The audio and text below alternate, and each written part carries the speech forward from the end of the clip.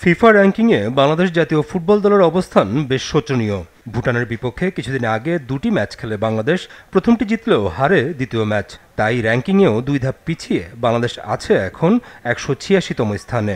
জাতীয় দলের এই অবস্থার জন্য নিজেদেরই দায়ী করছেন সহসভাপতি ইমরুল হাসান। ক্লাব ফুটবল যদি বলেন, আমার মনে হয় যে ক্লাব ফুটবলে দলগুলো এখন আগেরগুলোর চেয়ে, বিভিন্ন দলে আগেরগুলোর চেয়ে অনেক ভালো দল গড়ে থাকে, ভালো মানে উন্নত মানের বিদেশি প্লেয়ার এনে থাকে এবং আন্তর্জাতিক পর্যায়ে সমান্তরে পাল্লা দিয়ে থাকে।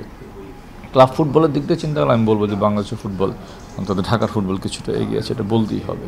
জাতীয় দলে যেটা বললাম সেটা অবশ্যই নিম্নমাকি।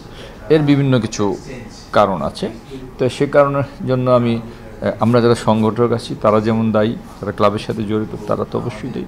বাংলাদেশ ফুটবলের ফেডারেশন সবারই কিছুটা দায় আছে। ফেডারেশনের থেকে আমরা যখন ক্লাবগুলোকে বলি যে তোমাদেরকে অনূর্ধ্ব-18, অনূর্ধ্ব-17 খেলতে হবে, ক্লাবগুলো কিন্তু খুব সহজে খেলতে রাজি হয় না এবং বিভিন্ন অজুহাত তুলে সেখান থেকে পিছিয়ে আসে। ফুটবল ফেডারেশন তখন অসহায় হয়ে পড়ে। ফেডারেশনের ব্যর্থতা আবার এই ক্ষেত্রে বলবো, ফেডারেশন তাদেরকে বাধ্য করতে পারে না যে তাকে অংশগ্রহণ করতেই হবে। এই অবস্থা থেকে উত্তরণের জন্য দেশের বিভিন্ন কর্পোরেট প্রতিষ্ঠানগুলোর ফুটবল ক্লাবের দায়িত্ব নেওয়া উচিত বলে মনে করেন তিনি।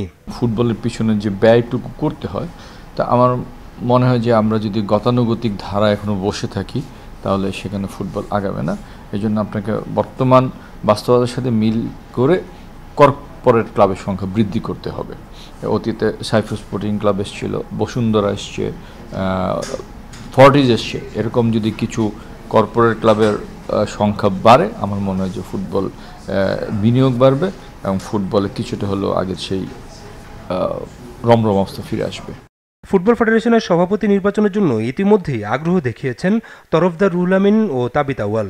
তবে এখনই নির্বাচন নিয়ে কোনো সিদ্ধান্ত জানাতে নারাজ সহসভাপতি ইমরুল হাসান। যে নির্বাচন নিয়ে কোনো কথা বলা যাবে না। জাতীয় দলের ফুটবলাররা আপাতত ব্যস্ত থাকবেন ক্লাবের খেলা নিয়ে।